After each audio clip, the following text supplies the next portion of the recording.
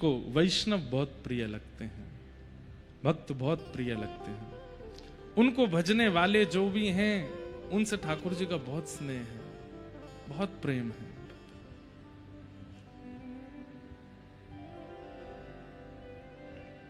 किम श्रेय शास्त्र सारः क, इतने शास्त्रों का सार क्या है?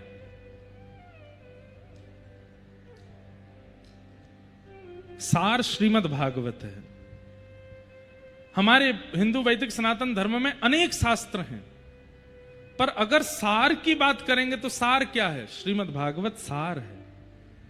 आप भागवत जी की कथा सुन रहे हैं तो आपने चारों वेदों के सूत्र भी सुन लिए, आपने मीमांसाओं की बातें भी सुन ली, आपने उपनिषद भी सुन लिए, आपने अन्य पुराण भी सुन लिए, आपने राम कथा भी सुन, सबका सार है भागवत जी में। 18,000 श्लोकों में सब कुछ समाहित कर दिया है वेद व्यास जी महाराज ने। इसलिए भागवत जी का श्रवण संपूर्ण वेद वेदांत उपनिषदों का श्रवण है। कई बार ऐसा होता है, कई लोग कहते महाराज जी उस पुराण में ऐसा लिखा है, उस पुराण में ऐसा लिखा है, वहां ऐसा लिखा है, वहां ऐसा लिखा है, क्या माने? आप ऐसा बता रहे हैं। भैया देखो, सुनो सबकी पर मानो भागवत जी की। श्रीमद् भागवत अंतिम रचना है व्यास जी की। इसका मतलब क्या है? सबका सार यहां पर समाहित कर दिया है वेद व्यास जी महाराज ने।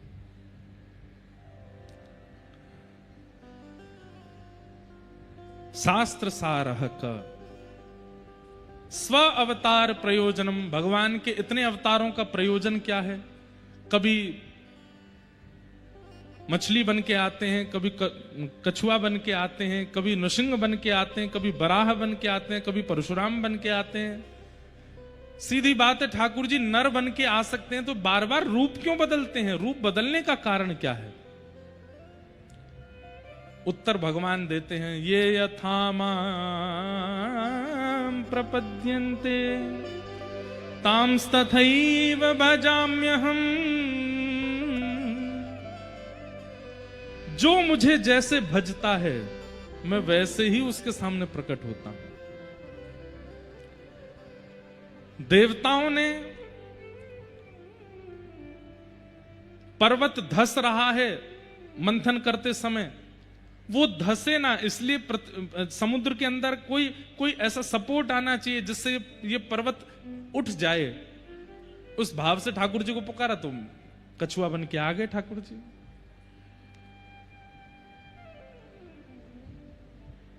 हिरण्यकश्यप के द्वारा किए गए उत्पीड़ना को देखकर के भगवान सिन्न बन रहे थे, लेकिन प्रहलाद की कोमलता को देखकर के भगवान नर बन रहे थे।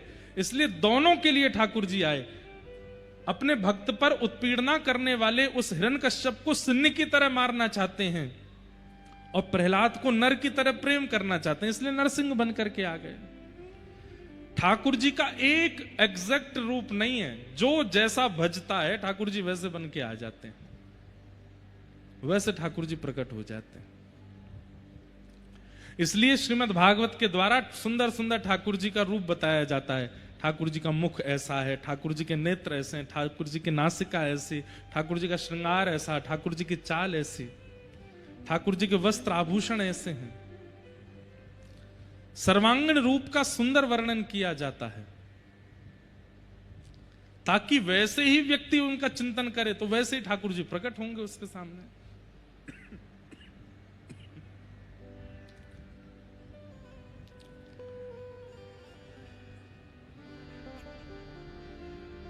ठाकुर जी का रूप अति सुंदर है।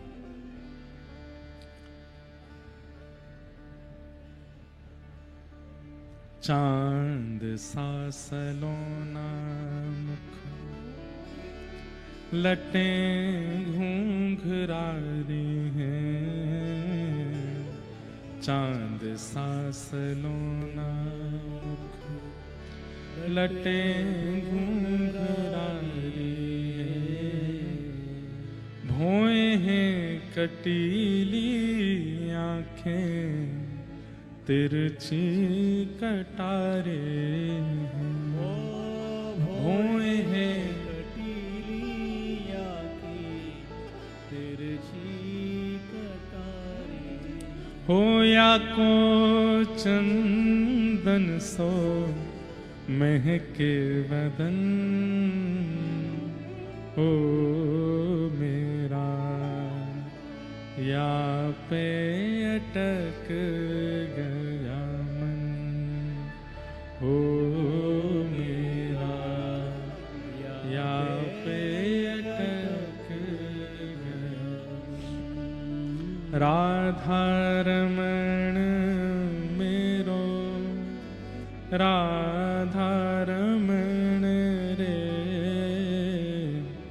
राधा रमण मेरो राधा रमण रे राधा रमण मेरे राधा रमण राधा रमण मेरे राधा रमण। अति सुंदर हैं ठाकुर जी। जहाँ श्री राधा जू संग में रमण करो प्यारे जहाँ श्री राधा। ऐसा चिंतन करो ठाकुर जी का, ऐसे ही प्रकट होंगे फिर।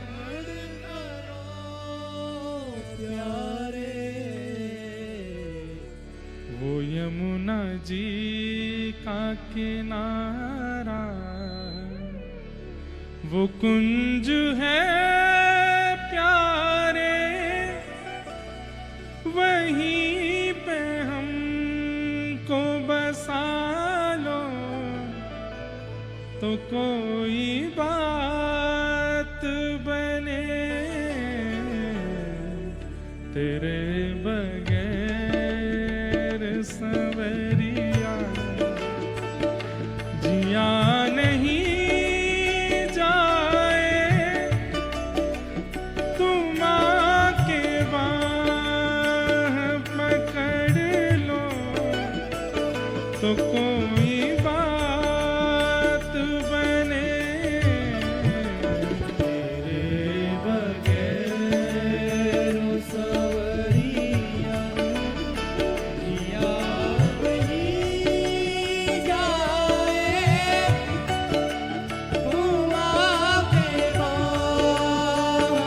बहुत सुंदर बात।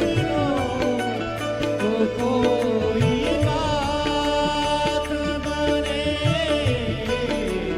तेरे बगैर सवरिया जिया नहीं जाए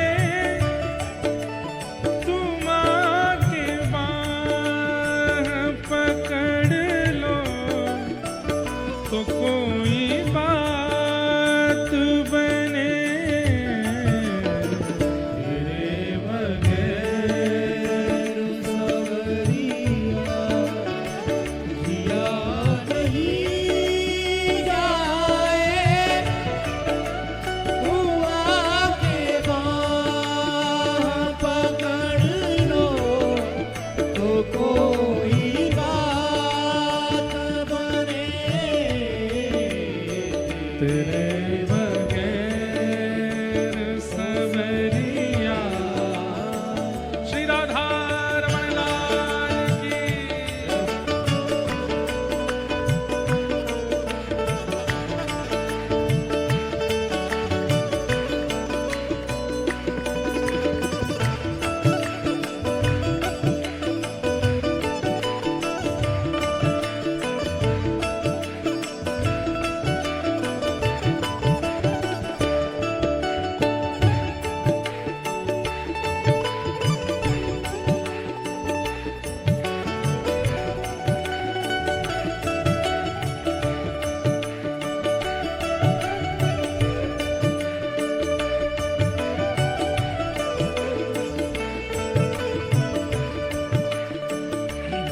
हे ठाकुर जी, आप नृसिंह भी बन के आए हैं, बराह भी बन के आए हैं, कूर्मी भी बन के आए हैं, मत्स्य भी बन के आए हैं, पर हमारे चिंतन में तो एक ही छवि है। कौन सी?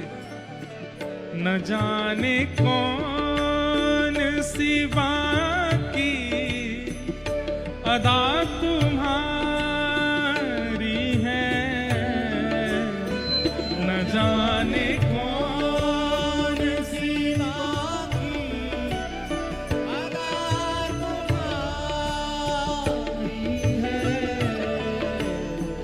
न जाने कौन सी बाकी अदा तुम्हारी है, न जाने कौन सी बाकी अदा तुम्हारी है। हजारों लाखों मिटे हैं ये ऐसी प्यारी है, कभी हमें भी मिटाओ तो कोई बात बने, तेरे बगैर सवैया जिया नहीं जाए, तू आके राह पकड़ लो तो कोई बात बने, तेरे बगैर सवरिया जिया नहीं जाए, तुम आके बाह पकड़ लो तो कोई बात बने, तेरे बगैर सवरिया जिया नहीं जाए, तुम आके बाह पकड़ लो तो कोई बात बने। श्री राधा वल्लभ लाल की।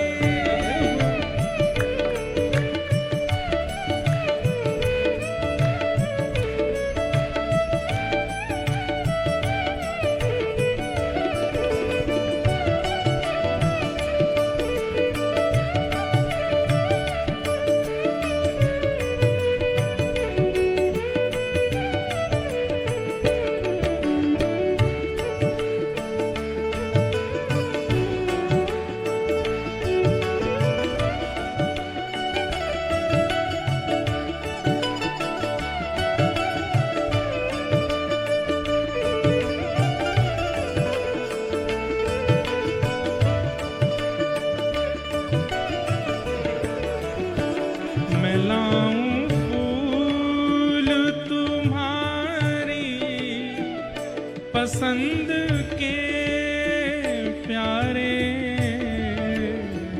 मैं लाऊं फूल तुम्हारी पसंद के प्यारे, मैं लाऊं फूल तुम्हारी पसंद के प्यारे,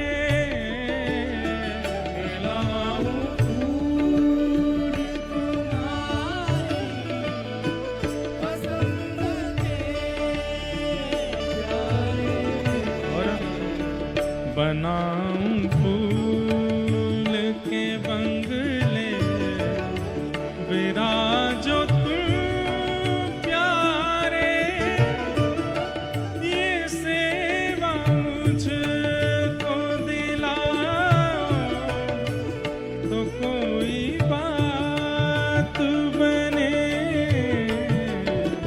तेरे बगैर सवरिया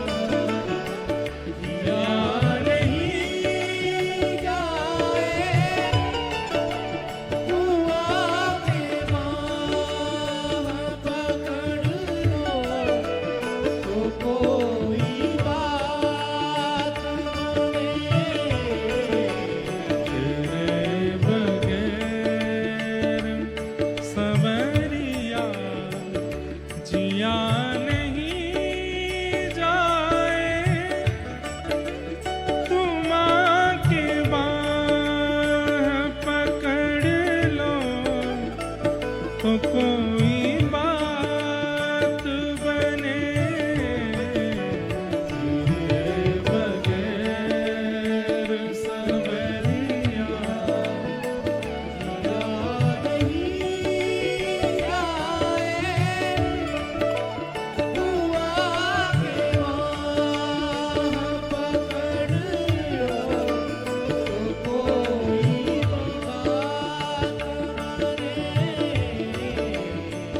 तेरे बगैर सवरिया।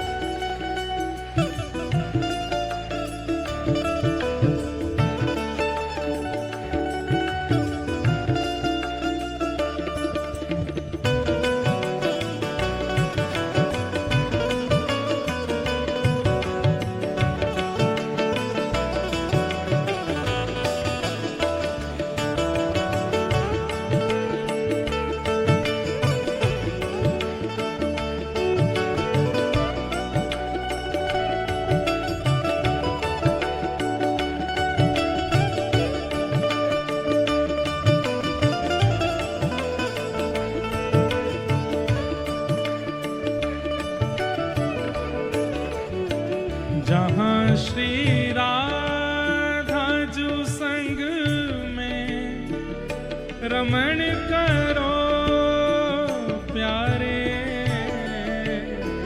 जहाँ श्री राधा जो संग में रमण करो प्यारे, जहाँ श्री राधा जो संग में रमण करो प्यारे, श्री राधा जो संग में रमण करो प्यारे। वो यमुना जी का किनारा वो कुंज है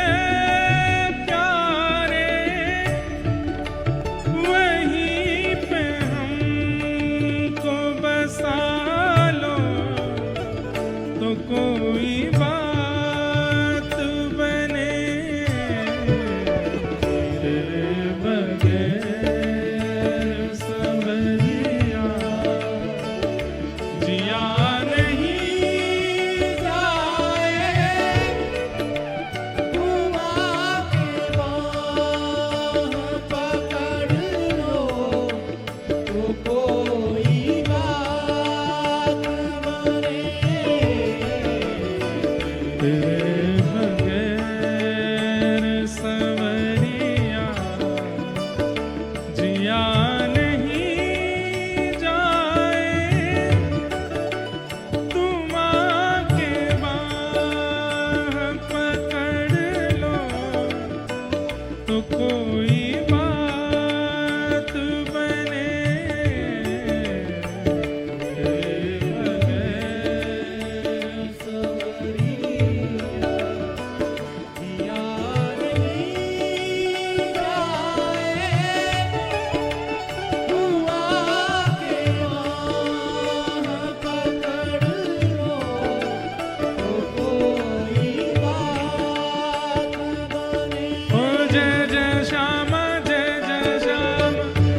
श्री वृंदावन धाम, जय जय श्यामा जय जय श्याम,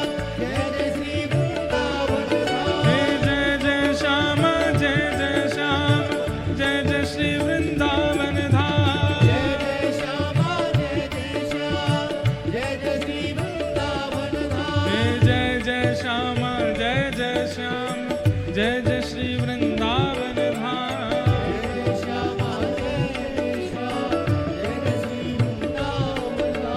जय जय श्यामा जय जय श्याम, जय जय श्री वृंदावन धाम, जय श्यामा जय जय श्याम, जय जय श्री वृंदावन धाम, जय जय श्यामा जय जय श्याम, जय जय श्री वृंदावन धाम, जय श्यामा जय जय श्याम, जय जय श्री वृंदावन धाम, जय जय श्यामा जय जय श्याम,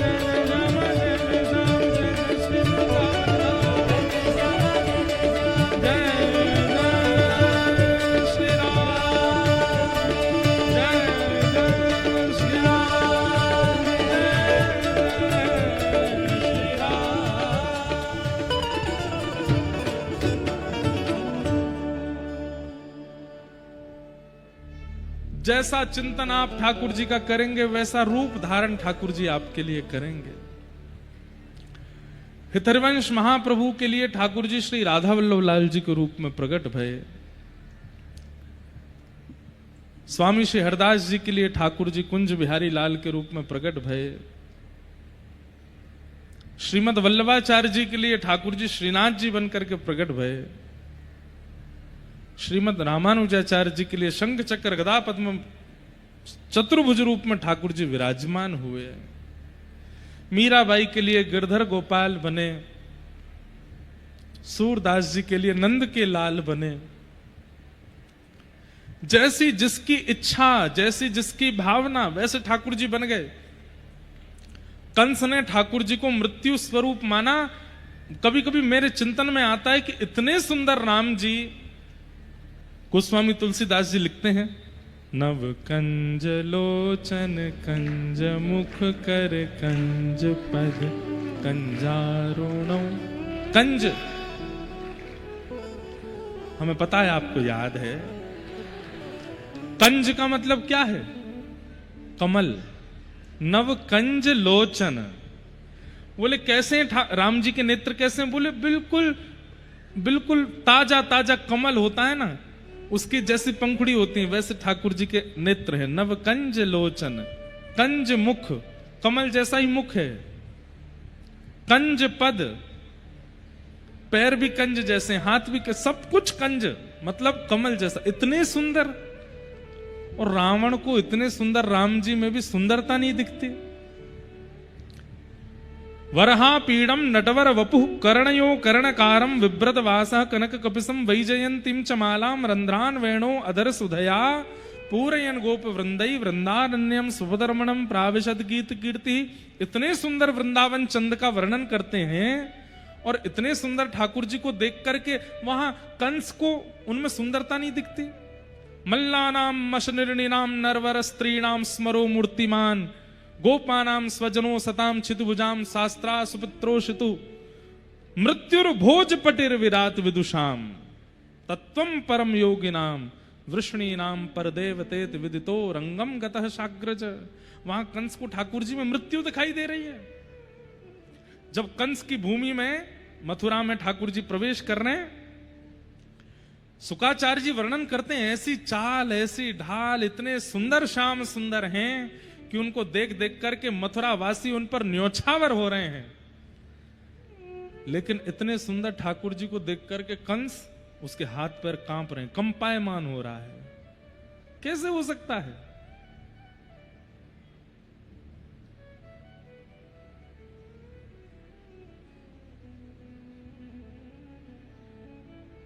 क्योंकि कंस के चित्त में ठाकुर जी मृत्यु स्वरूप हैं, इसलिए मृत्यु सुंदर नहीं होती। मृत्यु से तो भय लगता है। जैसा चिंतन आप कर लोगे वैसे ठाकुर जी बन जाएंगे। हम तो कैसा चिंतन करें? आहा, न जाने कौन सी बाकी अदा तुम्हारी है। हमारे अष्ट सखा कहते हैं, सब ही अंग को बाको गिरधर, सब ही अंग को बाको। बाको मतलब टेढ़ो। ठाकुर जी के सबरे अंग बांके हैं। भीष्म पितामह भागवत जी में कहते हैं, ललित गति विलास वल्गुहास। ठाकुर जी की कैसी गति है, चाल कैसी है। श्री कृष्ण चलते कैसे? बोले ललित गति है, टेढ़े मेढ़े छलकते भय से चलते हैं, लचक लचक के चलते हैं। एक लचकाहट तो एक अलग होती है, वो इतनी शोभायमान नहीं होती। और एक बात हम आपसे हाथ जोड़ के निवेदन कर दें, आजकल हमारे वृंदावन मथुरा में ठाकुर जी की तरह चाल चलने वाले बहुत लोग हो गए हैं। उनको लगता है कि वे ठाकुर जी की तरह चलेंगे तो बहुत सुंदर लगेंगे। नहीं, कई पुरुष ऐसे मटक मटक के चलते हैं, ठाकुर जी भी तो ऐसे चलते हैं। अरे भैया, ठाकुर जी जैसा तिलक धारण कर लो, ठाकुर जी जैसा ज्ञान धारण कर लो, ठाकुर जी जैसा स्वरूप क्यों धारण करना है? वैसा स्वरूप उन्हीं का ही रहने दो ना।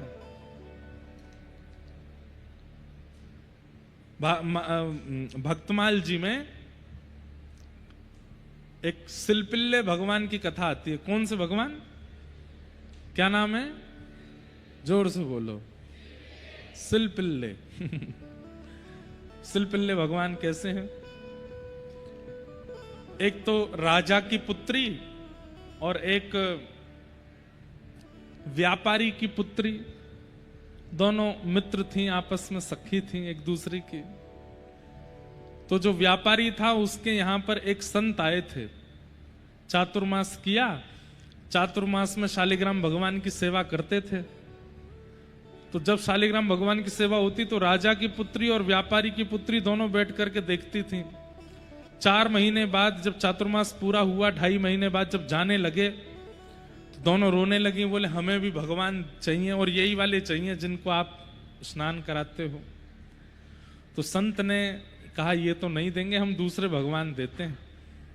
तो दोनों को शालिग्राम भगवान जैसे पत्थर दे दिए, राजकन्या को भी और उस सामान्य कन्या को भी। बढ़िया इत्र वगैरह लगा के, चंदन पोटा लगा के दे दिए, बोले यही तुम्हारे भगवान है। अब तो दोनों बड़ी प्रसन्न उनके संगी रहती हैं, दिन रात उन्हीं की सेवा करती। ध्यान से सुनिएगा। भाव के वश में है भगवान, भाव के वश में है भगवान, भाव नहीं तो हर मंदिर में, भाव नहीं तो हर मंदिर में, दीखत बस पाषाण, भाव होए तो जित देखूं तित प्रकट होए भगवान, भाव के वश में है भगवान। लिख लीजिएगा, सबसे बड़ी प्राण प्रतिष्ठा क्या है ठाकुर जी की? भाव। आपने 3 दिन का अनुष्ठान कराया, ब्राह्मणों को बुलाया, चावल में ठाकुर जी डुबा के रखे, घी में ठाकुर जी डुबा के रखे, आंख पे पट्टी बांध के रखी। कई जगह वो वीडियो वायरल होती है, शीशा टूट गया पट्टी खोलते ही, ओह प्राण आ गए ठाकुर जी में। प्राण तो भाव से आते हैं। भाव नहीं है तो आपके लिए वो ठाकुर जी केवल पाषाण हैं, और भाव है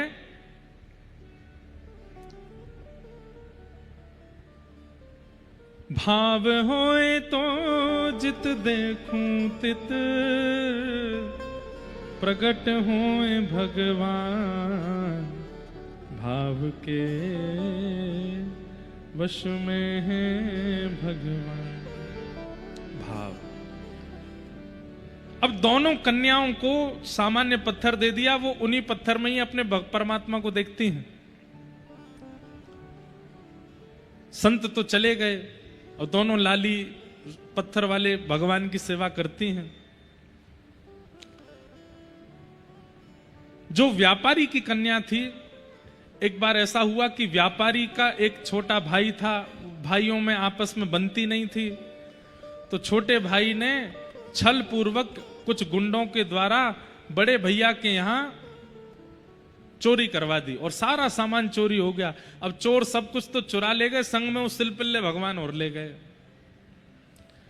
अब प्रातःकाल होते ही बड़ा भाई गुस्सा करने लगा, बोले मुझे पता है ये मेरे छोटे भाई ने ही करवाया है, लेकिन छोटा भाई पंचायत बुला ली, बोले मैं क्यों करूंगा ऐसा, मैंने कुछ भी नहीं किया है, आदि आदि सब बात करने लगा।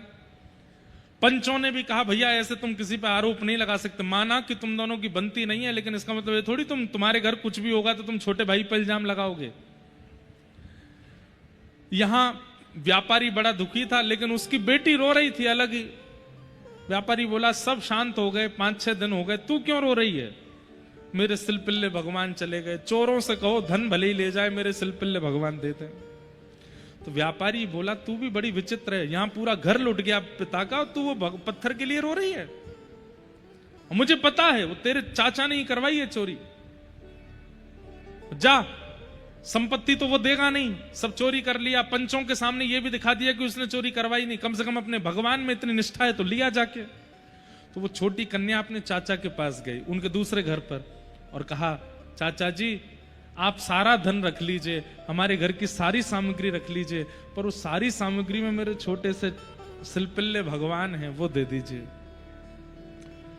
चाचा बोले मैंने सबके सामने बिल्कुल प्रमाणित कर दिया है कि मैंने चोरी नहीं की और तुम आकर के मेरे ऊपर इल्जाम लगा रहे हो। देखो चाचा जी हमें पता है सब सामान आपके पास ही है, आप सब रख लो ना, बस मेरे भगवान दे दो।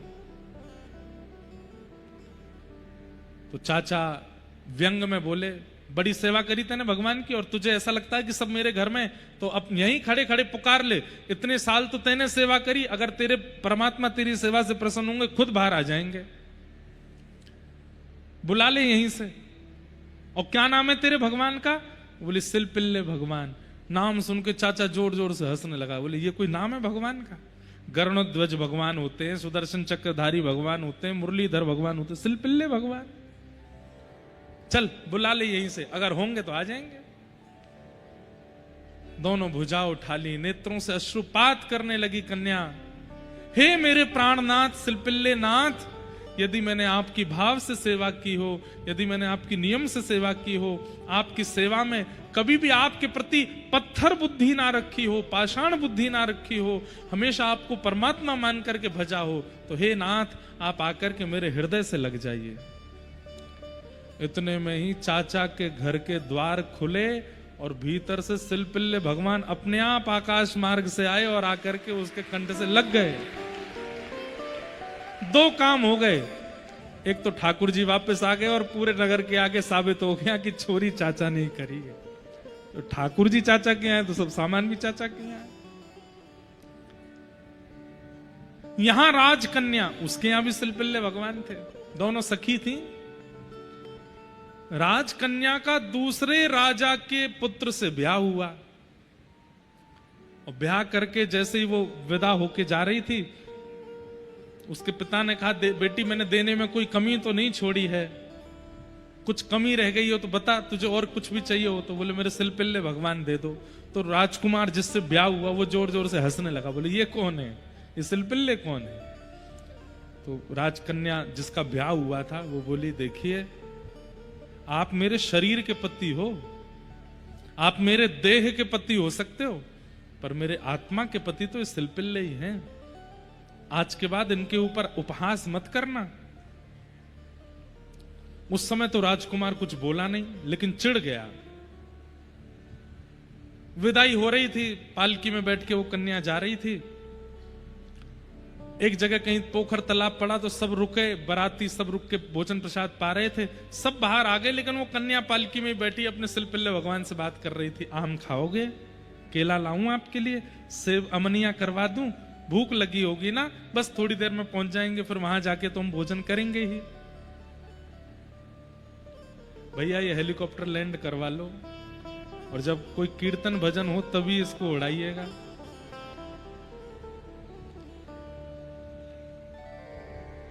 क्या बता रहा था मैं? हैं? हाँ, कुछ पा लीजिए।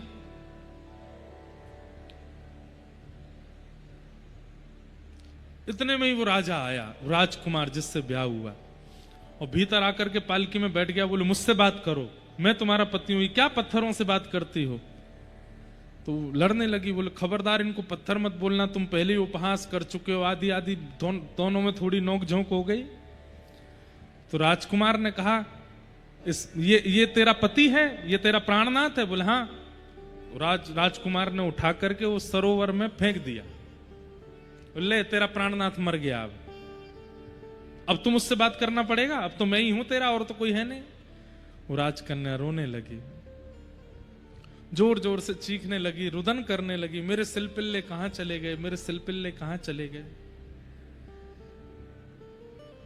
तब उस राजकुमार ने कहा देख तू मेरे लिए रुदन करेगी, मुझे पुकारेगी तो मैं दूर से दौड़ा दौड़ा आ जाऊंगा, और देख तेरा वो प्राणनाथ मैंने फेंक दिया उसको सरोवर में, फिर भी बाहर नहीं आ रहा है। यदि उसका भी तुझसे प्रेम होता तो आ गए होते ना बाहर। तुरंत उसने भी ऐसे ही पुकारा, हे मेरे प्राणनाथ सिलपिल्ले, यदि मैंने आपको कभी पाषाण ना माना हो, आपको अपनी आत्मा का स्वामी माना हो, अपने जीवन का स्वामी माना हो, तो मेरे पास आ जाओ। और तुरंत सरोवर से शिलपिल्ले भगवान आए और आकर के उनके हृदय से लग गए। इन दोनों भक्तों की कथा श्री नाभा जी ने भक्तमाल में लिखी। शिलपिल्ले भगवान जो कि सामान्य पत्थर हैं, शालिग्राम नहीं थे, उनमें ठाकुर जी का आवाहन करके उनको भजते। भैया प्राण प्रतिष्ठा वैदिक नियम से तो होती ही है, पर वैदिक नियम से भी ज्यादा भाव से होती है। यदि भाव है तो आपके लिए ठाकुर जी कहीं भी प्रकट हो जाएंगे। किम श्रेय शास्त्र सारह क स्व अवतार प्रयोजनम। भगवान का प्रयोजन क्या है आने का? केवल अपने भक्तों के लिए ठाकुर जी अलग अलग रूप धारण करके आते हैं। किसी के लिए शिलपिल्ले बन के आते हैं, किसी के लिए भक्त वत्सल बन के आते हैं, किसी के लिए कुंज बिहारी, किसी के लिए राधा वल्लभ, किसी के लिए राधा रमण, किसी के लिए गिरधर गोपाल, सबके लिए अलग अलग आते हैं।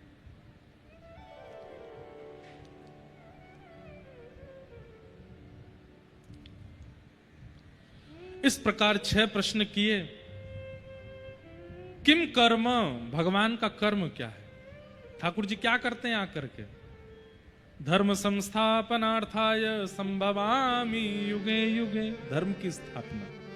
आप किसी भी विषय पर प्रश्न नहीं उठा सकते हैं।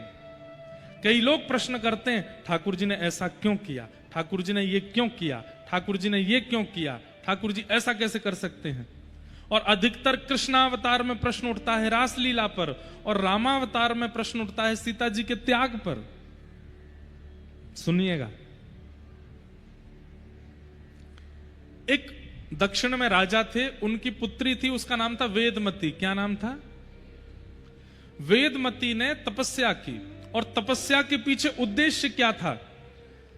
जैसे भगवान लक्ष्मीपति हैं, वैसे मुझको भी पत्नी रूप में स्वीकार करें। मैं भगवान की पत्नी बनना चाहती हूं, इसलिए उसने तप किया वेदमती ने। तो वेदमती की तपस्या चल रही थी, तपस्या पूर्ण होने ही वाली थी, उसी समय रावण आ गया। और रावण ने आकर के जैसे ही वेदमती की तपस्या को नष्ट करना चाहा, केश पकड़े, वेदमती ने तुरंत एक तलवार से अपने केश काट दिए। केश रावण के हाथ में रह गए और वो वेदमती अग्नि में प्रवेश कर गई। भगवान ने वेदमती से कहा कि देखो, तुम्हारी तपस्या पूर्ण होने ही वाली थी, अंतिम क्षण में रावण आ गया, और एक प्रकार से तपस्या तुम्हारी पूर्ण हो ही गई, लेकिन अब तुम सदेह तो हो नहीं, मैं कैसे तुम्हारा पति बन के आऊं? तो वेदमती बोली, आप ही आज्ञा करिए, कैसे आएंगे? तब भगवान ने संरचना की। कैसी? बोले कि मैं त्रेता में राम बन के आऊंगा, और तब सीता जी मेरे साथ वनवास के लिए जाएंगी, तो इनके सामने जब मैं दुष्टों का संहार करूंगा, तो ये इतनी करुणामयी है कि ये देख ही नहीं पाएंगी। ये इतनी करुणामयी है कि ये दुष्टों का संहार करने ही नहीं देंगी। तो इसके लिए ये अग्नि में प्रवेश कर जाएंगी, और अग्नि से तुम ही सीता जी का रूप धारण करके मेरे पास आ जाना। तुम्हारे 2 कारण हो जाएंगे। क्या? पहला कारण कि तुम्हारी तपस्या थी कि मुझे पति रूप में चाहती हो, तो तुम सीता बन करके आ जाओगी जब अग्नि से, तो वनवास के समय और रावण के यहां जाने का जो क्रम है, उसमें तुम मेरी पत्नी सीता बन जाना, तुम्हारी अभिलाषा पूरी हो जाएगी। और दूसरा काम तुम्हारी तपस्या भंग की थी रावण ने, तुम रावण के यहां जाकर के हमारी पूरी सेना के द्वारा उसकी पूरी लंका को भंग कराओगे, तुम्हारा बदला भी हो जाएगा पूरा। बोले ठीक है। वेदमती ही सीता जी की छाया बन करके आई, लेकिन अब क्या हुआ? रावण के यहां से सीता जी को वापस ले जाने के बाद राम जी, अब जब भी सीता जी सामने आती तो नीची नजर करके बात करते हैं। क्यों? एक पत्नी व्रती है, और पत्नी तो अग्नि में है, और ये तो वेदमती है। तो वेदमती को बड़ा कष्ट होता, बोले आप मेरी ओर देखते नहीं, मेरे से बात करते नहीं। तो देवी, हम एक पत्नी व्रत हैं, भले ही तुम सीता जी के रूप में हो, लेकिन वास्तविक सीता जी तो अग्नि में है ना, तुम तो वेदमती हो। इस वजह से वो सीता जी फिर गई हैं और जाकर के वाल्मीकि ऋषि के आश्रम पर रहती हैं। वहां पर लव कुश का प्रादुर्भाव और फिर उनका अग्नि में प्रवेश, उनका अग्नि में प्रवेश नहीं है, वो वेदमती का अग्नि में प्रवेश है। सीता जी तो फिर पुनः राम जी के साथ निरंतर निवास करती हैं और आज तक अयोध्या में राम जी के बगल में बैठी हैं। सीता जी ने कभी त्याग नहीं किया।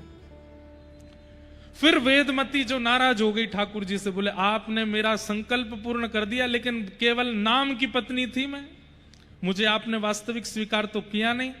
तब भगवान ने कहा ठीक है, दक्षिण भारत में एक राजा के यहां तुम पद्मावती बनकर के आओगी और तुमको पति रूप में मैं वेंकटेश तिरुपति बनकर के आऊंगा और तब तुमसे विवाह करूंगा। और फिर वही श्री राम तिरुपति बनकर के आए, वेंकटेश बनकर के आए और उन्होंने पद्मावती को स्वीकार किया। इसलिए स्कंद पुराण में लिखा है कि ये राम जी ही तिरुपति बनकर के आए, वेंकटेश भगवान बन के आए। साक्षात नारायण यदि पृथ्वी पर कहीं हैं तो वो सप्तगिरी पर्वत पर वेंकटाधिपति श्री तिरुपति बालाजी साक्षात नारायण हैं। स्कंद पुराण में कहते हैं कि अगर आपने वेंकटेश भगवान को देख लिया तो राम जी को देखने का जो फल त्रेता में मिल रहा था वही फल कलयुग में तिरुपति जी को देखने से मिलता है। वही फल, वो साक्षात राम जी। भगवान की एक भी क्रिया पर आप प्रश्न नहीं उठा सकते, ठाकुर जी ने ये क्यों किया, वो क्यों किया, ऐसे क्यों कर दिया। प्रत्येक क्रिया और प्रत्येक लीला शिक्षात्मक है भगवान की, किसी में भी संशय नहीं कर सकते। कोई भी वेद विरुद्ध और धर्म विरुद्ध क्रिया ठाकुर जी ने नहीं की, नहीं की, नहीं की।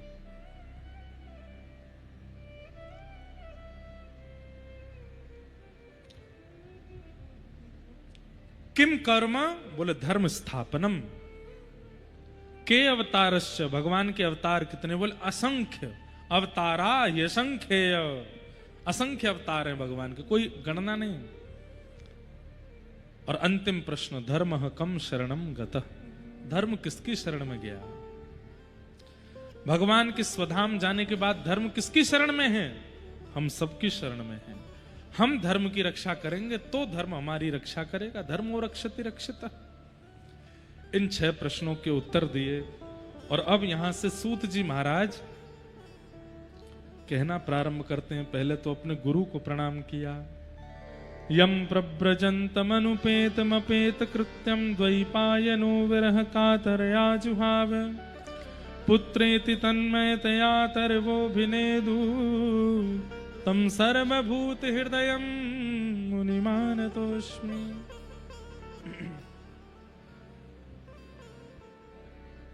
गुरु उपासना। बंधुओं, एक बात हमारी सुनिएगा, जीवन में गुरु का होना आवश्यक है, पर किस रूप में। केवल दीक्षा ले ली उसके बाद गुरु जी जाओ कहीं भी, हमारी तो दीक्षा हो गई, बस हो गए, तिलक लगा रहे हैं, नाम जप कर रहे हैं, हो गया काम, नहीं।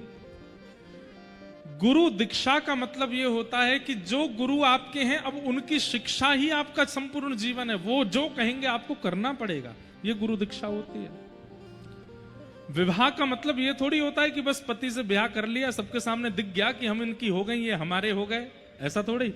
विवाह का मतलब होता है आप उनके अधीन हो और वो आपके अधीन है, ये इस अधीनता को ही तो विवाह कहते हैं। ऐसे ही गुरु दीक्षा क्या है, गुरु के प्रति अधीनता। अब कहेंगे, जो आज्ञा करेंगे, जैसा कह देंगे वो हमें करना है,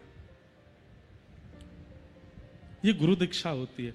ऐसे गुरु सबके जीवन में होने चाहिए जिनकी आज्ञा मानने में आप संकोच नहीं करते। ये मध्य प्रदेश की भूमि है, यहां एक से एक गुरु हुए हैं। हमें तो ऐसा लगता है कलयुग में सबसे ज्यादा गुरु जी यहां हुए, सबसे ज्यादा देवी देवता भी मध्य प्रदेश में हुए। हर 50 किलोमीटर पर एक सिद्ध स्थान जरूर दिख जाता है। मध्य प्रदेश में इतने सिद्ध स्थान हैं। गुरु का होना आवश्यक है। अभी हमारी कुछ दिन पहले जयपुर में कथा थी, तो वहां एक बहुत सुंदर गजल थी, उसकी पूरी तो याद नहीं, उसकी एक पंक्ति बहुत अच्छी थी। सद्गुरु चरण में सभी फल मिलेंगे, गुरु मिल गए तो युगल भी मिलेंगे, सद्गुरु चरण में। सभी फल मिलेंगे, गुरु मिल गए तो युगल भी मिलेंगे।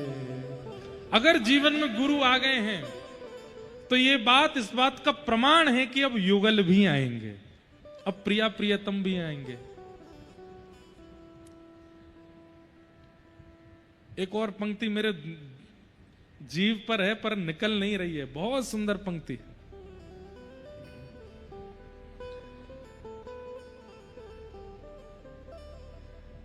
मनोरथ सफल होंगे, घबराना ए दिल। मनोरथ सफल होंगे, घबराना ए दिल। मनोरथ सफल होंगे, घबराना ए दिल। मनोरथ सफल होंगे। बहुत ध्यान से सुनना, क्या बात, क्या मनोरथ। न प्रीतम मिले आज तो कल मिलेंगे, गुरु मिल गए तो युगल भी मिलेंगे। न प्रीतम मिले आज तो कल मिलेंगे, गुरु मिल गए तो युगल भी मिलेंगे।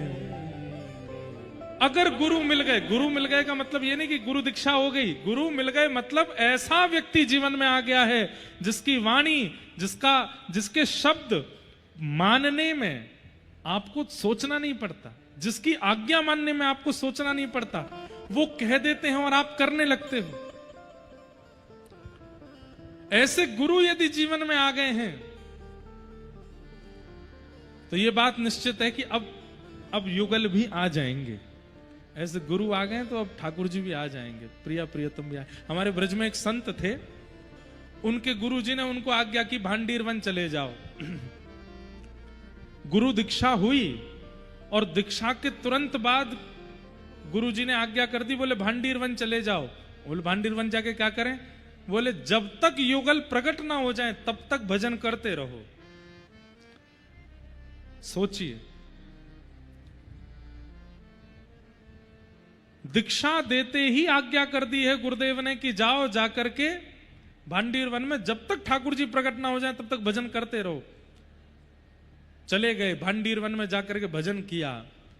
5 साल 10 साल बीत गए भजन करते करते करते करते। 10 साल बाद दोनों प्रिया प्रियतम प्रकट हो गए, किशोरी जी प्रकट हो गए, ठाकुर जी प्रकट हो गए और दोनों ने प्रकट होकर के दर्शन दिए। अब देखना कैसी कैसी गुरु निष्ठा। ठाकुर जी जैसे प्रकट हो गए तो प्रकट होते ही ठाकुर जी को प्रणाम किया, दंडवत किया। किशोरी जी ने दर्शन दिए, ठाकुर जी ने दर्शन दिए। दर्शन देने के बाद में अब ठाकुर जी भक्त को देख रहे हैं, भक्त ठाकुर जी को देख रहा है। किशोरी जी बोली, भैया हम आ गए हैं, बहुत देर हो गई, 45 मिनट हो गए, कुछ तो बोलो। बोले गुरु जी ने केवल इतना ही कहा था कि ठाकुर जी आ जाएं तब तक भजन करो, उसके आगे बोलना क्या ये गुरु जी ने नहीं बताया। बोले अभी मैं जाता हूं, गुरु जी से पूछ के आता हूं कि क्या बोलना है। दौड़ करके गए वृंदावन। जटा जूट बढ़ गई थी, दाढ़ी इतनी बढ़ गई थी, गुरु जी नहीं पहचान पाए कि चेला है। गुरु जी ने प्रणाम किया गुरु जी को, सत्य घटना है। तो गुरु जी बोले कहो भैया कहां से? गुरु जी मुझे भूल गए आप, 10 साल पहले मेरी दीक्षा हुई थी तो दीक्षा देने के बाद आपने मुझे आज्ञा कर दी थी। अच्छा, गुरु जी ने कोई मन से आज्ञा नहीं करी थी, ऐसे दीक्षा होते ही गुरु जी से पूछने लगे, बोले गुरु जी कोई आज्ञा दो। तो चलते फिरते गुरु जी ने कही तब तक भजन करो जब तक प्रिया प्रियतम नहीं मिलते, ऐसे ही बोल दिया।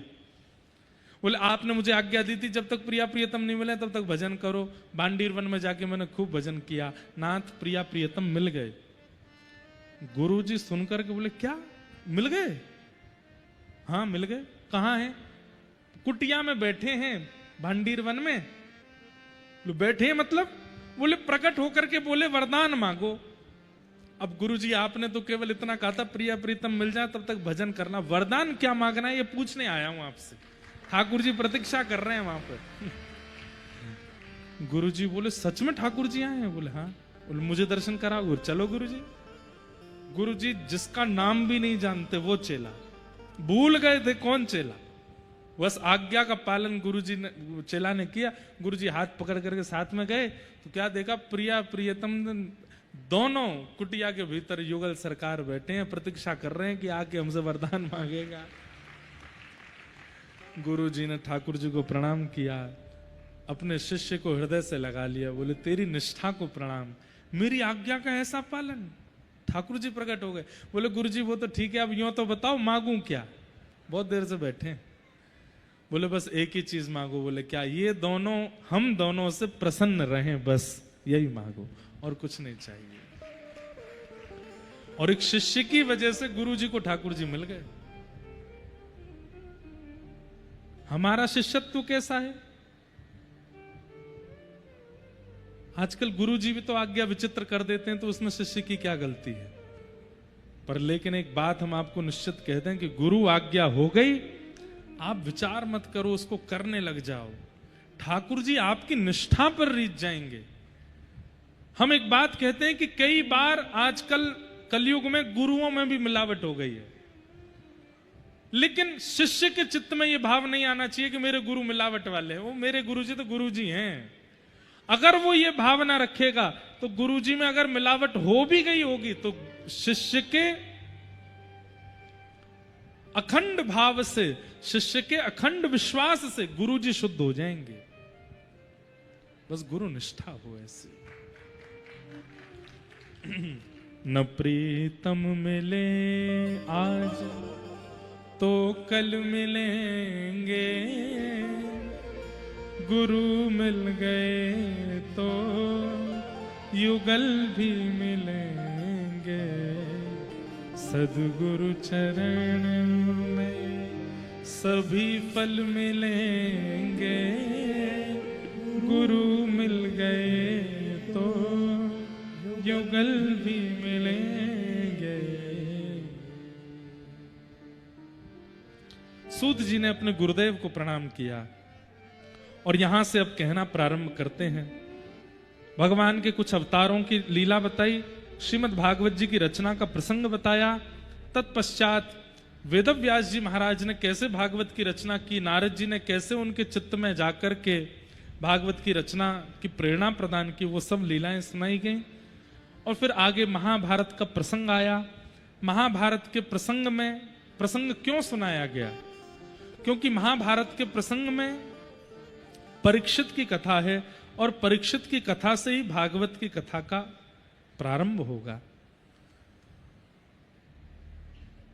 भगवान के द्वारिका गमन की लीला बताई, कुंती ने स्तुति गाई। पांडवों का शोक दूर नहीं हो रहा था तो भगवान भीष्म पितामह के पास लेकर के गए। भीष्म पितामह ने भगवान की मंगलमय स्तुति गाई, जिसे भीष्म स्तुति कहते हैं। तत्पश्चात भगवान द्वारिका प्रस्थान कर गए। उत्तरा के गर्भ के बालक की भगवान ने रक्षा की थी, उस बालक ने जन्म लिया जिसका नाम परीक्षित हुआ। परीक्षित एक दिन भ्रमण कर रहे थे, तब उनको कलयुग मिला। कलयुग को मारने का प्रयास किया तो कलयुग ने प्रणाम करके कहा मुझे कुछ स्थान दे दीजिए। तो महाराज परीक्षित ने उसको 5 स्थान दिए। द्यूतम पानम स्त्रियः सूना, 4 स्थान पहले दिए। पुनश्च याचमानाय जात रूप मदात प्रभो, पुनः याचना करने पर उसको 5वां स्थान दिया। ये 5 स्थान कौन कौन से हैं? सबसे पहला स्थान द्यूतम यानी कि जुआ। दूसरा स्थान मदिरापान भक्ष भक्ष सेवन। तीसरा स्थान परस्त्री परपुरुष संग। चौथा स्थान हिंसा, कलेश, लड़ाई झगड़ा, मार पीट, आतंकवाद, उपद्रव, इनमें कलयुग का निवास। और 5म स्थान बिना मेहनत के कमाया गया धन, अनीति से कमाया गया धन। इन 5 जगह अपनी सावधानी रखनी चाहिए। सबसे पहले तो धन का व्यय कहीं भी ऐसी जगह मत करो जहां पर धन बाजी पर लगता हो, जुए की तरह प्रयोग होता हो, दाव पर लगता हो। शर्त भी नहीं लगानी चाहिए धन की। द्यूतम। पानम मद्यपान भक्ष सेवन कभी नहीं करना चाहिए। जिह्वा पर अभक्ष वस्तुओं को कभी नहीं लेना चाहिए, उससे कलयुग का प्रभाव होता है चित्त में। पर स्त्री और पर पुरुष का संग नहीं करना चाहिए। विवाह के उपरांत सबके प्रति अन्य भावना नहीं रखनी चाहिए। सबके प्रति या तो पूज्य भाव रखो या वात्सल्य भाव रखो। प्रेम भाव तो पत्नी के प्रति और पति के प्रति ही होना चाहिए। कलेश, उपद्रव, लड़ाई झगड़ा, मार काट, गाली गलौज, इन सब में भी कलयुग का निवास होता है। ये सब भी नहीं करना चाहिए। और पंचम स्थान बिना मेहनत के कमाया गया धन। लेकिन एक बात और कहें हम, कोई व्यक्ति जुआ खेलता नहीं है लेकिन आप उसको प्रेरणा दे रहे हो। आप तो नहीं खेलते लेकिन किसी और से खिलवा रहे हो, तो उसका पाप आपको भी लगेगा। आप नहीं पीते, आप नहीं खाते, लेकिन दूसरों को पीने खाने में आपको कोई संकोच नहीं होता। दूसरे भले ही खाते पीते रहो, उसका पाप आपको भी लगेगा।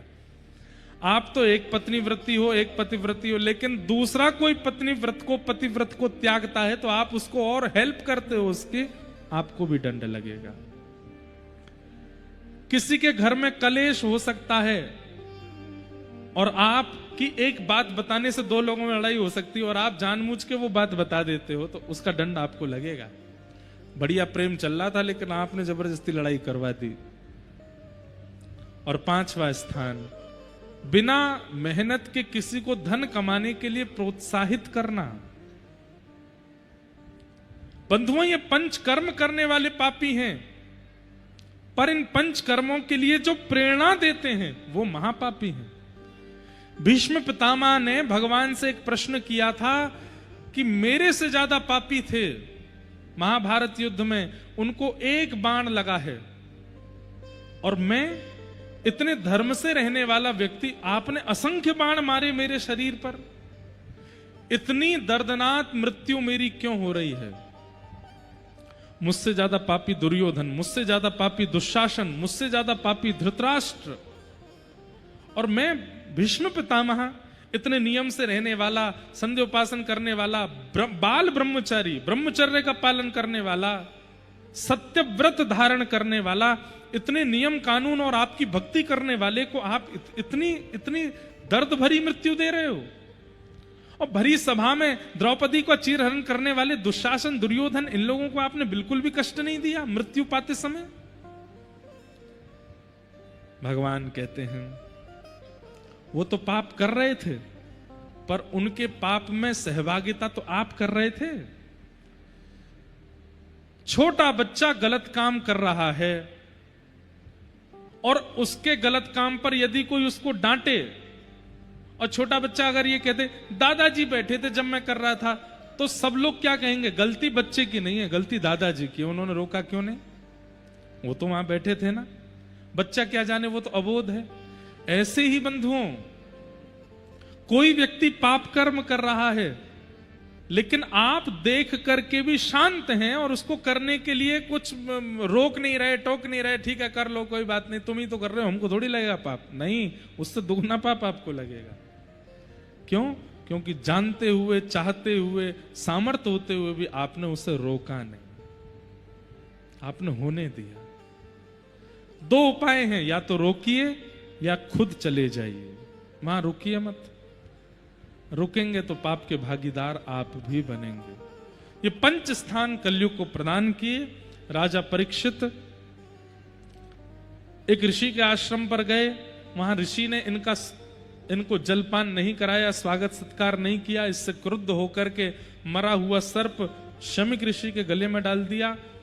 शमिक ऋषि के पुत्र श्रृंगी को जब यह बात पता चली कि मेरे पिता के गले में मरा हुआ सर्प राजा परीक्षित ने डाल दिया, क्यों? क्योंकि मेरे पिता ध्यान में बैठे थे, समाधि में बैठे थे, वो चैतन्य नहीं थे, और उसका गलत फायदा, गलत अर्थ लगा करके एक राजा ने मरा हुआ सर्प उनके गले में डाल दिया। मैं शाप देता हूं राजा परीक्षित को, आज के ठीक 7वें दिन तक्षक सर्प डस देगा और उनकी मृत्यु हो जाएगी।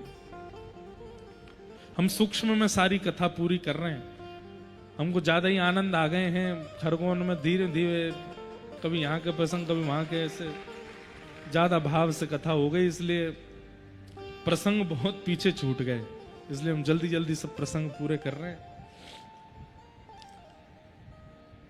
परीक्षित को 7 दिन में मरने का श्राप लग गया। जैसे ही शाप की बात परीक्षित को पता चली, पहले दिन ही पता चल गई कि उन्हें 7 दिन में मरने का शाप लगा है, परीक्षित विचलित नहीं हुए, व्याकुल नहीं हुए, बल्कि ये सोचने लगे कि अब 7 दिन बचे हैं मेरे पास, मैं इन 7 दिनों का उपयोग कैसे करूं। बंधु, आप एक बात बताएं हम आपको, अगर हमें पता चल जाए कि परसों हमारे प्राण जाने वाले हैं या कल हमारे प्राण जाने वाले हैं, कभी सोचना, अगर आपको पता चल जाए कि आपके पास 12 घंटे बचे हैं, 24 घंटे बचे हैं, या 3 दिन बचे हैं या 7 दिन बचे, आप क्या करोगे? हम बताएं। मेरी प्रिय वस्तु क्या है, पहले मैं वो खा लूं, मेरी प्रिय जगह क्या है, मैं वहां घूम आऊं। सबको टॉर्चर करेंगे, मेंटली टॉर्चर। माता जी से कहेंगे, देख लो मां, अब तो मैं जाने वाला हूं, अब तो कम से कम मुझसे प्यार से बात कर लो। पत्नी से कहेंगे, देवी अब तो मेरे प्राण जाने वाले, अब तो मेरे पैर दबा दो। बच्चों, अब तो मेरी बात मान लो, अब तो मैं जाने वाला हूं। कैसा मेंटल टॉर्चर होगा सबको। फिर महाकाल तो जीवन भर गए, अब प्राण तो त्यागने ही है। नर्मदा जी में तो जीवन भर ना है, चलो 2 दिन बचे हैं प्राण निकलने में, स्विट्जरलैंड हुआते ने घूम घाम आने, थोड़ा ऐशो आराम तो कर लें, जो जो इच्छाएं पूरी। पिक्चरों में भी दिखाया जाता है, किसी के प्राण लेने से पहले गुंडा ही पूछता है, तुम्हारी अंतिम इच्छा क्या है बताओ। कभी नहीं सुना गया कि प्राण त्यागने वाले ने कहा हो कि मुझे अंतिम इच्छा में भगवत स्मरण करना है, मुझे रसगुल्ला बहुत अच्छा लगता है, खिला दो। एक बार जेल में भी प्रवचन किए थे हमने, तो वहां पे भी ऐसा मैंने पूछा कि जब किसी को फांसी की सजा होती है तो उसमें ये बात सत्य की पूछा जाता है, अंतिम इच्छा क्या? बोला हाँ पूछते हैं। और अधिकतर अंतिम इच्छा के रूप में जो कैदी होता है वो अधिकतर खाने पीने पहनने या किसी से बात करने के ही भाव रखता है। कभी भी ऐसा नहीं हुआ कि उसने ऐसा कहा हो कि मुझे कथा सुननी है या मुझे भगवान का दर्शन करना है या मुझे ऐसी भावना बहुत कम रखते हैं। और एक बात निश्चित है बंधुओं, मैं हर कथा में यह बात कहता हूं, जब व्यक्ति के प्राण निकलने वाले होते हैं ना, स्वाभाविक मृत्यु होती है, अकाल मृत्यु नहीं। अकाल मृत्यु होती है तो व्यक्ति को पता ही नहीं चलता कि उसके प्राण चले गए। थोड़ी देर तक तो वो घूमता ही रहता है, उसको कहता है ये मुझे कुछ अनुभव क्यों नहीं हो रहा है। थोड़ी देर बाद उसको अपना शव दिखाई देता है, तब उसको पता चलता है कि मैं मर गया। अकाल मृत्यु में तो व्यक्ति को पता ही नहीं चलता कि उसकी मृत्यु हो गई है। लेकिन स्वाभाविक मृत्यु जब होती है किसी की, उस व्यक्ति को अपने मृत्यु के अंतिम क्षणों में अपने पूरे जीवन का स्मरण होता है, और वो पहलू भी याद आ जाते हैं जो उसको याद ही नहीं थे। उसको ये तक याद आ जाता है कि जब मैं 1 साल का था तो मैंने चलना कैसे सीखा, मेरी माँ उस समय मुझे क्या खिलाती थी, मैं बड़ा हुआ तो स्कूल कौन सा था, मेरे स्कूल में मित्र कैसे थे, मेरी क्लास टीचर कौन थी, मैं कपड़े कैसे पहनता था, फिर मेरा कॉलेज कैसा था, मेरी यूनिवर्सिटी कौन सी थी, मेरा विवाह हुआ था तब मेरी घोड़ी कैसी थी, कौन सा गाना बजाया जा रहा था, लोग कैसे नाच रहे, सब याद आ जाता है उसको। मेरे बच्चे कितने हैं, बच्चे का जन्म कैसे हुआ, सब कुछ याद आ जाता है उसको। जो उसको याद ही नहीं था सब स्मृति में आ जाता है। लेकिन उसने अपने संपूर्ण जीवन काल में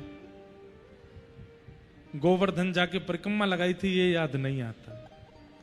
उसने अपने जीवन काल में श्री यमुना जी के तट पर बैठकर के हरिनाम संकीर्तन किया था, ये याद नहीं आता। गंगा जी स्नान किया था, गोवर्धन परिक्रमा करी थी, बिहारी जी दर्शन किए थे, ये याद नहीं आता। मतलब जन्म जन्म मुनि यतन कराही, अंत काल कही आवत नाही। अंत काल में राम जी का स्मरण नहीं होता, ठाकुर जी की याद नहीं आती। पूरा जीवन याद आ जाता है पर ठाकुर जी का स्मरण नहीं होता। किसको? जिसने ठाकुर जी को केवल ऑर्डिनरी समझा था। 1-2 साल में कभी कभी भज लिया, कभी कभी पूज लिया, कभी कभी हो आए, मित्रों के साथ घूम आए, लगे हाथ, रील बन रही हैं, वायरल हो रही हैं, हम भी बनाए आए जाके केदारनाथ। इस भावना से जो लोग ठाकुर जी को भजते हैं, उनके धर्म के किए हुए कार्य अंतिम क्षण में स्मृति में नहीं आते। जिन्होंने संपूर्ण जीवन बाकी सब ऑर्डिनरी समझा लेकिन ठाकुर जी को प्रधान माना, अंतिम काल में और कुछ याद नहीं आता, केवल ठाकुर जी याद आते हैं, केवल ठाकुर जी का स्मरण होता है। तो अंत राम कहीं आवत ना है, अंत में हरिस्मरण नहीं होता।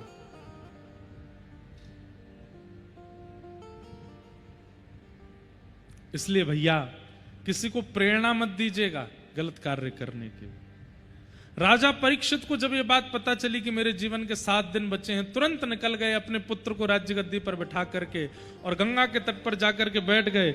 बड़े बड़े ऋषि संतों से पूछने लगे, मेरे जीवन के केवल 7 दिन बचे हैं, बताइए मैं ऐसा क्या करूं जिससे मेरे जीवन का उद्धार हो, मेरी मुक्ति का उपाय बताओ।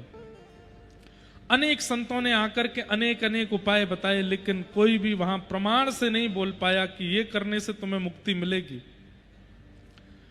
तभी वहां श्री सुखदेव जी का आगमन हुआ। सब लोग हाथ जोड़ के प्रणाम करो कि तत्रा भवद भगवान व्यासपुत्रो यदीक्षया गामटमानुनपेक्ष अलक्षलिंगो निजलाभतुष्टो व्रतस्य बालैरवधूतवेश। बोलो सुखदेव जी महाराज की। श्री भागवत के सरस प्रमुख प्रवक्ता श्री सुखदेव जी का आगमन हुआ। हमारी व्यासपीठ पर भागवत जी के ठीक बगल में विराजमान जो सुख स्वरूप हैं, जिन्हें तोते के रूप में देखा जाता है, वास्तव में इन्हें सुखदेव जी का रूप माना जाता। पर मेरी ऐसी भावना है, शुकाचार्य जी ने जब कथा सुनाई, वो तोते की आकृति में नहीं रहे होंगे, तोते जैसे स्वभाव में रहे होंगे। तोते का स्वभाव कैसा होता है? तोते का स्वभाव कैसा होता है? वो जो सुनता है बोल देता है। तो वक्ता कैसा हो? गुरुजनों से जो सुना, आचार्यों से जो सुना, ग्रंथों से जो पाया, तुरंत सुना दे, सबके सन्मुख कह दे। पहला स्वभाव। दूसरा स्वभाव सुख का क्या होता है?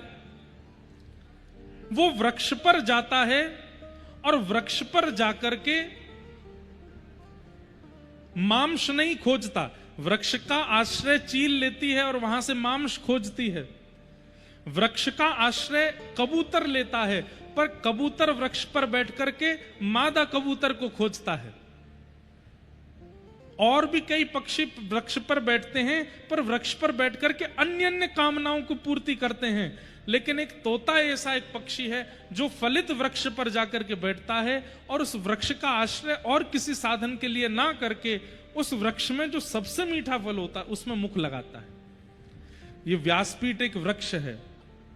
इस वृक्ष पर वक्ता को सुख बन के बैठना चाहिए, ना कि चील बन के। चील का स्वभाव क्या है? वो ऊंचे वृक्ष पर बैठती है, मांस खोजती है। वक्ता यहां बैठकर के अगर दक्षिणा की भावना से बैठेगा तो वो सुख नहीं है, वो चील है।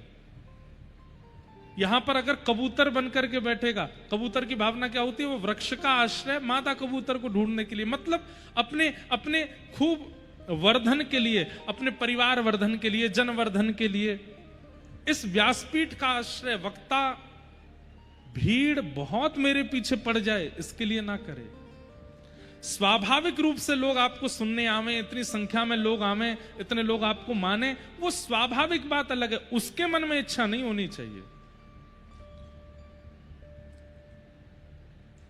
उसके मन में चिंतन नहीं होना चाहिए कि इतनी संख्या में लोग आए, मुझे सुने। वक्ता को तो यहां सुख बन के बैठना चाहिए। सुख बन के बैठेगा तो क्या होगा? भागवत रूपी वेद रूपी कल्प वृक्ष के इस पके हुए फल श्रीमद् भागवत में अपना मुख लगा करके इनका रस स्वयं भी लेगा और जितने जीव जनमानस सामने बैठे हैं सबको भी उस रस का आस्वादन करा देगा। इसलिए भागवत के प्रमुख वक्ता सुखदेव जी। तो सुखदेव जी तोते की आकृति में कथा किए होंगे ऐसा नहीं, तोते के जैसा स्वभाव वक्ता का रहा होगा। सुखदेव जी का आगमन हुआ, परीक्षित जी महाराज ने तुरंत चरणों में प्रणाम किया और प्रणाम करते हुए, वंदन करते हुए कहते हैं कि हे नाथ, ये शाम संस्मरणात् पुंसा सद्य सुद्यन्ति वैगृहा किं पुनः दर्शन स्पर्श पाद शौचासनादिभिः। हे नाथ, आप जैसे महापुरुषों का तो घर बैठ करके स्मरण करने मात्र से हम पवित्र हो जाते हैं, हम मुक्त हो जाते हैं, लेकिन आप जैसे महापुरुषों का दूर से स्मरण जब मुक्त कर देता है तो सन्मुख दर्शन, स्पर्श, संस्पर्श, ये कितनी बड़ी मुक्ति प्रदान करेगा, उसकी तो हम व्याख्या ही नहीं कर सकते नाथ। गोस्वामी तुलसीदास जी का घर बैठ के स्मरण करने मात्र से हम मुक्त हो जाते हैं। मीराबाई का घर बैठ करके स्मरण करने मात्र से हमारे चित्त में भक्ति आ जाती है। लेकिन मीराबाई, तुलसीदास जी अगर प्रत्यक्ष देखने को मिल जाएं तो हमारे लिए कितने बड़े सौभाग्य की बात होगी। ऐसे ही नाथ, आप प्रत्यक्ष दिख गए हैं, मेरा जीवन धन धन्य हो गया, मेरा जीवन आनंदित हो गया। आज मैं मेरे बड़े भाग हैं।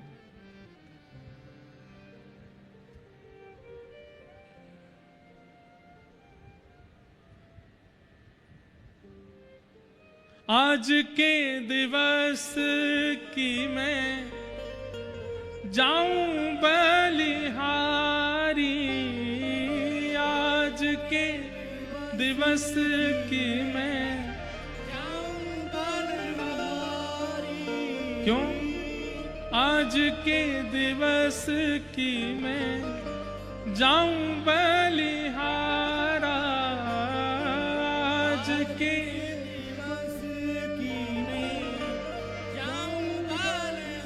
क्यों हो मेरे घर आया राजा राम जी का प्यारा, मेरे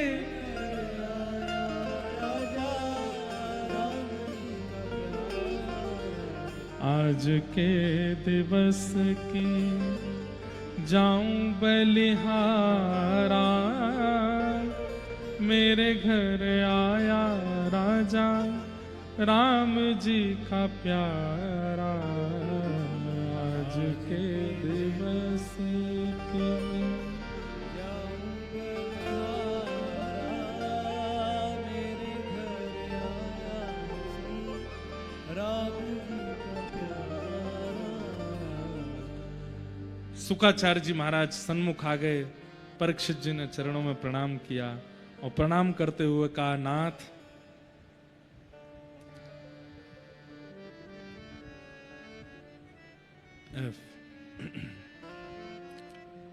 तेरी शरण में आके मैं धन्य हो गया, तेरी शरण में आके मैं धन्य हो गया। गाइए, तेरी शरण में आके मैं धन्य हो गया, तेरी शरण में आके मैं धन्य हो गया। जन्मों की प्यास थी जो, जन्मों की प्यास थी जो, जन्मों की प्यास थी जो, जन्मों की प्यास थी जो, संपन्न हो गया, तेरी शरण में आके मैं धन्य हो गया।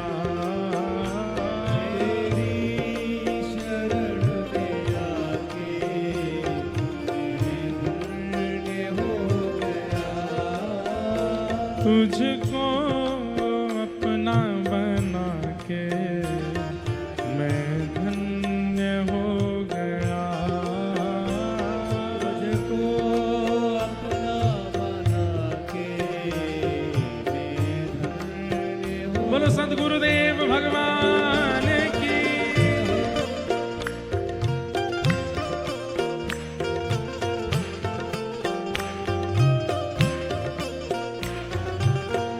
खरगोन वासी भी ये भाव भागवत जी के लिए गा रहे हैं। भागवत जी की शरण में आके हम धन्य हो गए, ये कथा सुन के हम धन्य हो गए। आइए भाव से।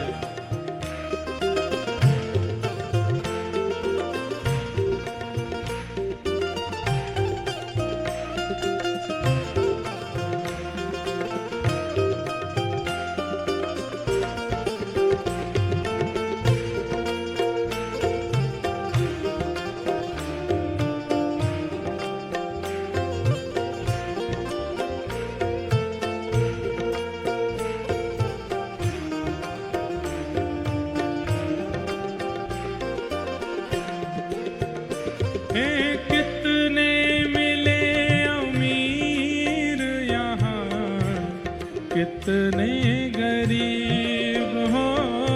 कितने मिले अमीर यहाँ, कितने गरीब। हाँ, कितने मिले अमीर यहाँ, कितने गरीब हो।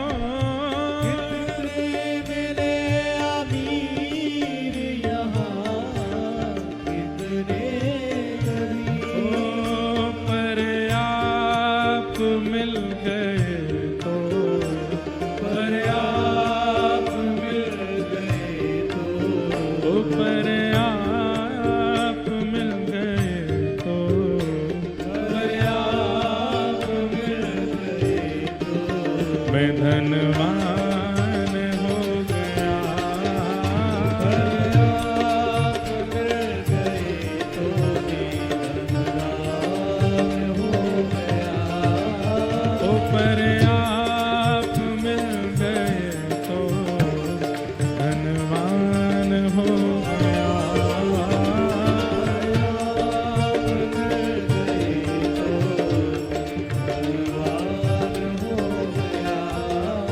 वो जन्मों की प्यास थी जो, की प्यास थी जो, जन्मों की प्यास थी जो,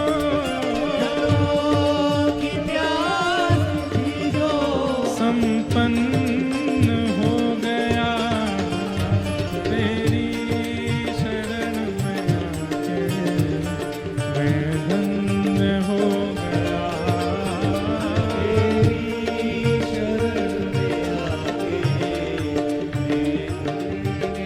गया। राधे राधे गोविंद गोविंद राधे, राधे राधे गोविंद गोविंद राधे। श्री राधे राधे गोविंद गोविंद राधे। राधे राधे गोविंद गोविंद राधे। जय गोविंद राधे गोपाल राधे, गोविंद राधे गोपाल राधे। जय जय गोविंद राधे गोपाल राधे। गोविंद राधे गोपाल। पूजा उठा के गाओ।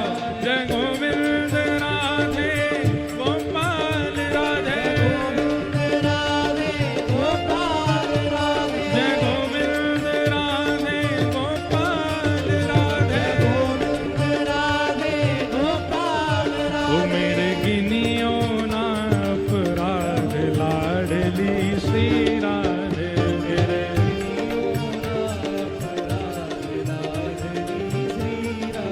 ओ मेरे गिनियो ना अपराध लाडली श्री राधे।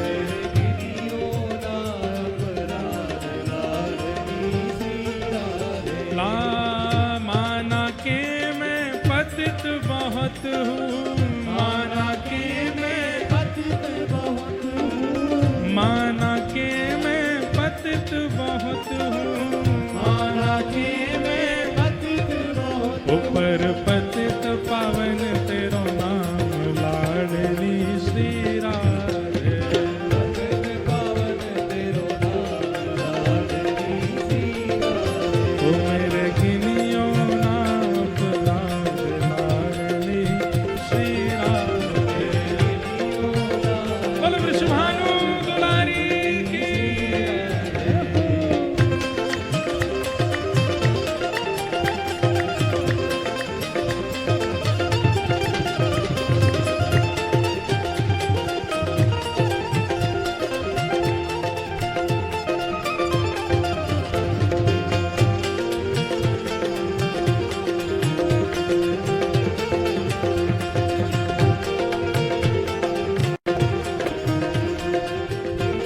ओ मेरे गिनियो नाम लाडली श्री राधे।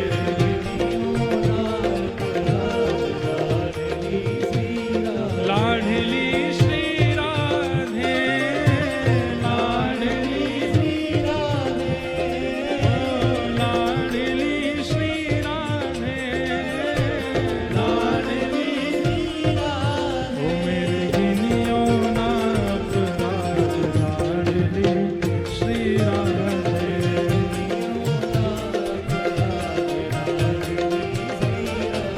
ओ मेरे गिनियो नाप लाडली श्री राधे।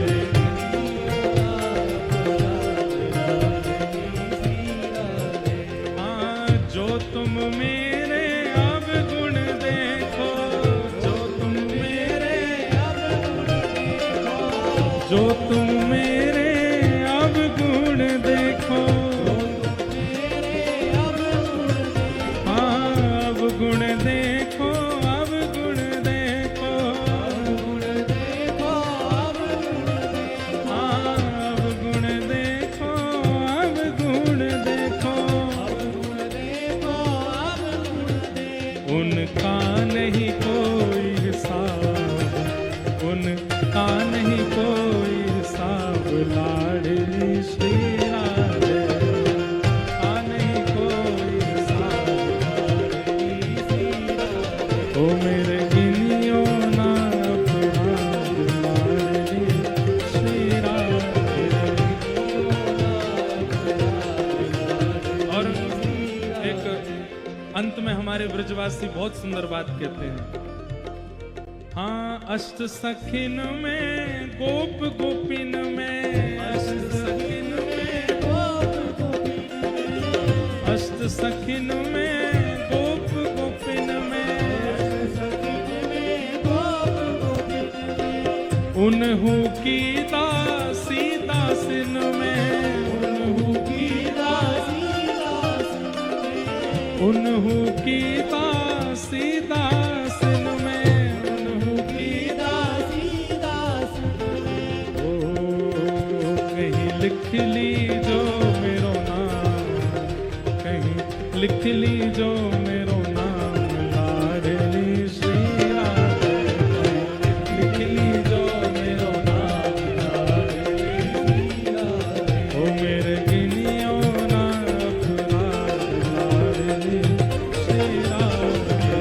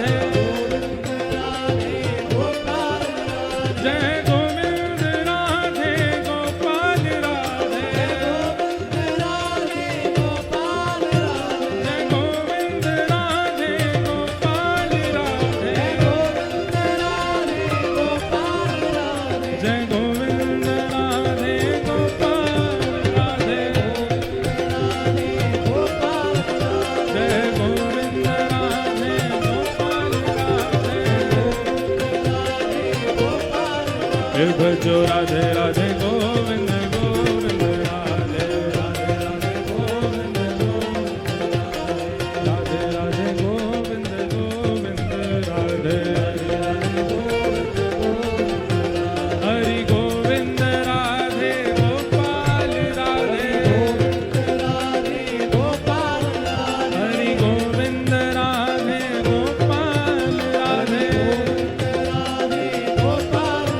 हरि गोविंद राधे गोपाल राधे हरि गोविंद राधे गोपाल राधे हे हरि गोविंद राधे गोपाल राधे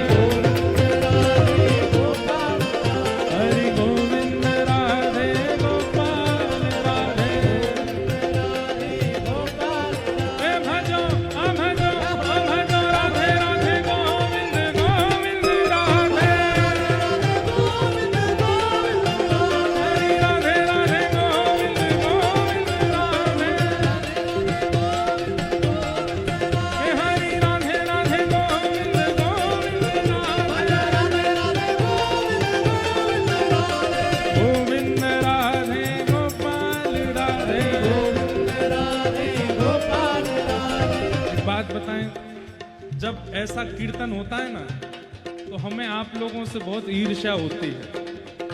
हम वक्ता हैं, आप श्रोता हो। हम तो व्यास मंच पे ही बैठे रहेंगे, हम तो नाच नहीं सकते। पर हमारी जगह आप लोग ही भुजा उठा करके भाव से नाच लिया करो, नृत्य करो ठाकुर जी के कीर्तन में उर्दबाहु होके। हरि गोविंद राधे गोपाल राधे गोविंद राधे गोपाल राधे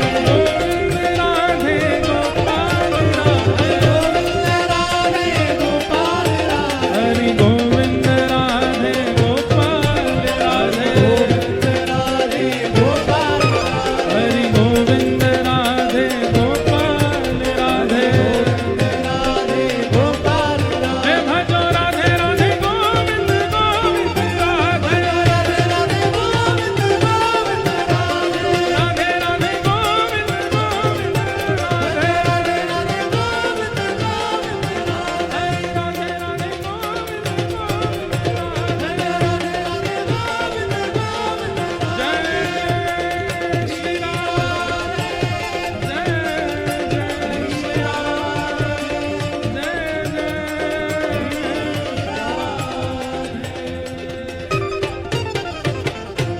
गिरिराज धरण की गोवर्धन नाथ की वृंदावन बिहारी लाल की श्रीमद् भागवत महापुराण की आज के आनंद की पूछरी के लौठा की प्यारे क्या बात है बंसी बारे शाबाश।